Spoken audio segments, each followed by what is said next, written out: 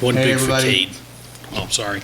Here we are at Cigar Daddies in Lacey, Washington, on Lacey Boulevard, and in the Olympia, right by Olympia, Thurston County kind of area, lower end of Puget Sound. If you want to check it out, this is. I hope you don't mind me saying this. This actually used to be an ambulance garage. It was Olympic Ambulance, and the building that we are in now was their old storage garage and maintenance facility. And we have turned this into our private members-only cigar lounge. And I'm guessing you guys spent a pretty penny because it looks pretty damn sweet in here. Well, thank you. No, I appreciate that. It's been a lot of fun, and we've been very fortunate. So the shop's been open now about 4 years, and we've had the lounge open for about 3 of those. Okay. Yeah. Okay. All right. Now, just to remind folks, what's the name of the cigar that we're So smoking? today we are smoking the San Cristobal Revelation, Nicaraguan filler and binder, Ecuadorian Sumatra wrapper, made by the My Father factory for Ashton down in Esteli. So as you kind of get into it, now we're getting a little further into it, and I'll let you relight that. Some of the notes that I'm picking up, I get a little bit of leather, kind of a little bit of a baker's spice. I notice kind of some nutmeg, some hints of cinnamon, and just a little bit of cedar on the back of the palate. Which, to me, this cigar pairs perfect with just about any American whiskey. I'm a real bourbon guy, and so this is one of my go-tos at the end of the evening with a bourbon, either just straight up, or I like Manhattans as well, and this will pair up to like just a little bit of the orange bitters that I put in mine. I think it's a good solid smoke at a good price point. They retail in our state for about $9.50 with our state tax. Yeah, no, I haven't smoked very many of these, and I would say as a beginner, stay away from the heavy stuff, and this is. You can taste it, but you're not getting overwhelmed by it. Awesome. Yeah, is this a more mild cigar? This is what they would classify as a medium to a medium plus. For me, I'd say it's a little more on the medium side. Okay. All right. And again, this week, Jeff is supplying the whiskey. What do we got this week? So we've got a Strathbeag, which is a Scotch. This is actually a very peaty Scotch, since Mark over there doesn't know what peat tastes like. Maybe he does now. I figured we'd bring in this, and personally, peat's not my favorite. I'm okay with it, but I usually prefer less peaty. So do you now know what peat is after having drank that, or are you still kind of confused what peat tastes like? It's I don't know. You say this is the more peaty. Mm-hmm. See, and when you say, I keep thinking of like, when I hear peaty Scotch, I think of Lagavulin. And to me, this is almost, I don't get a whole lot of peat on that. Well, which I'm good with because I'm not a peaty fan. Yeah. What I've slowly kind of figured out peat is, I'm not getting much of it either. All right. Do you want me to pour you some Americans and you can taste side by side? I'm wondering if I should, because this is both. Neither one of us are tasting. Well, and I don't even get that smell. Mm-hmm. Yeah, this is. I mean, either or maybe is this just like a really expensive Scotch because it's very smooth. It's very. So it is a blend. Okay. Classic peated blend. All right. So here's some more of last week's for Mark to compare side by side. All right. Okay.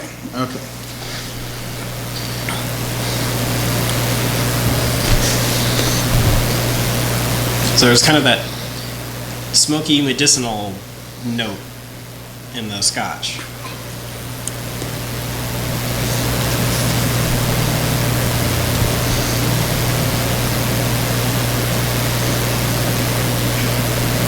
Yeah, basically it has a little more of a bite to it, but I mean, with some of the other Scotches, I'm not noticing as much of the peat. I noticed it a little bit more on because this is very, very smooth. But I think now we can probably introduce our after the bottle, our gift from C.S.A.W. Our friends at C.S.A.W. and their address is down below on the screen.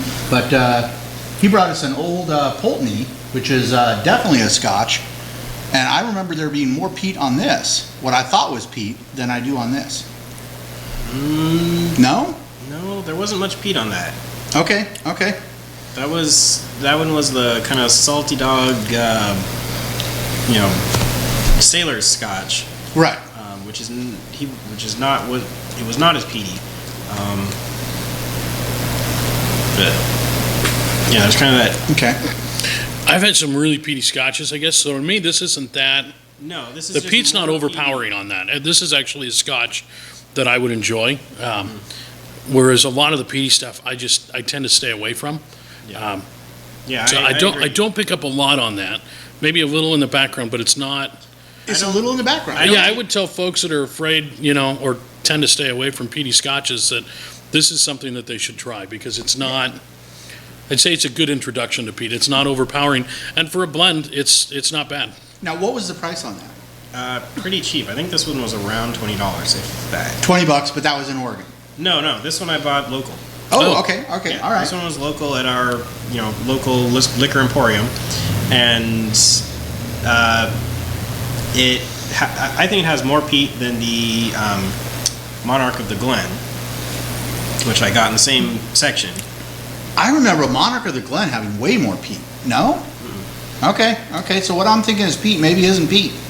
Yeah, the peat is kind of that astringent medicinal flavor at the end. Yeah. Which So this has more of. okay.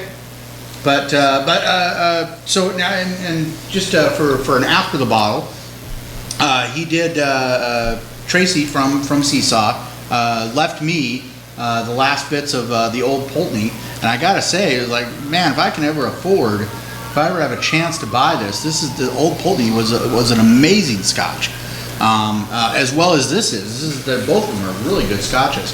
That one's only 10 times the price. That's all. This is 10 times the price though, so if you're low on budget, get that. Both of them are really good, but that's and you said only $20. Yeah, this was So- a really cheap Scotch. I mean, that's for a Yeah, it's a bargain price. Yeah. and this is a point I was making actually to one of the Cigar Daddies customers earlier when I was setting stuff up.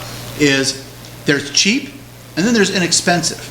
Yeah. And so you want to stay away from cheap, but inexpensive is okay. Don't be afraid to get something just because of the low price, because sometimes you get a $20 bottle of Scotch that is damn fine.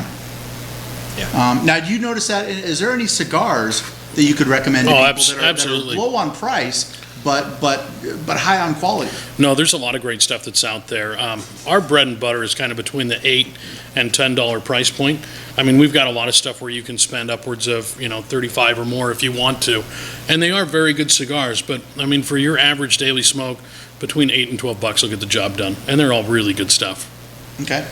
All right. And so what's the, is there a, like I notice with whiskey, once you get into 100, 200 a bottle, I've yet to really notice a huge jump in quality. Like after a certain level, you really don't notice a ton of quality improvement. Is there a price difference on cigars where you really stop noticing a major jump in quality? I don't know if it's necessarily a price difference. I mean, there's some cigars that are like $6.50, $7 that I smoke on a really regular basis that I would probably grab over a couple of cigars that are maybe in the $40 price range, just because they suit my palate a little more. Maybe the tobacco's a little easier to get, and that's why they're a little less expensive. But, price in cigars does not necessarily dictate quality. So don't look at price. When you think you need to buy a really nice cigar, you don't have to buy something that's going to break the bank. Okay. Now, if we notice that we are in your private club, however, I hear rumors that people could, like, say if they're a noob like I am on cigars. This is my first cigar ever, and I've only choked once. Right? Yeah, you've done well. Witnesses, yeah. Okay. So I'm a fast learner from the professor here, but say somebody wants to sit there and have a nice, calm introduction to cigars. They can come in here, spend $7, $8 on a cigar. Yep. Maybe $5 for a day pass. So here. we do offer a day pass. Day passes are $5. But the great thing, if you want to join monthly, it's only $20 a month. or $200 for the year. So we knock off a couple months. And if you want to do a private humidified locker, then it's $30 a month or $300 for the year. And if you decide you don't want to pay, we've got a really nice covered outdoor smoking area as well. So with the weather Okay. getting nice here in the summertime, you can always hang out on the patio and the patio furniture and burn one there also. Okay, and the staff is here to kind of help. We are help here to assist you. Welcome people into the cigar world. Yeah, and the nice thing is, there's 4 of us here at Cigar Daddies. All 4 of us are owners. We're all cigar smokers and very well versed, so any one of us can help you pick out something great. Cool. All right. Do we have any last words on this? What's the name of this again? Strathbeag. Strathbeag? I might be saying that right. Okay. All right. I do kind of wonder if having it with the cigar, because the first couple of times I had this, it was cigarless. Mm-hmm. If that changes the flavor much. So. Yeah. Well, you say you did have it without the cigar? Yeah, I had a couple of shots of this before coming in tonight, and yeah, I do think it's mellower with the cigar. Maybe just the fact that having the cigar means my taste buds are busier, and than just by itself. Okay. So I think the cigar might have a mellowing effect on the drinks that we're having here. Okay. I could see that. I mean, your brain can only handle so much. Your taste buds can only handle so much. Yeah. And this is definitely 2 things that we're tasting. So, cool. So, unless you guys have any final words, I'd say we're gonna see everybody next week. Excellent, sounds good. All right. See you next week for another episode of Nerds Drink Whiskey.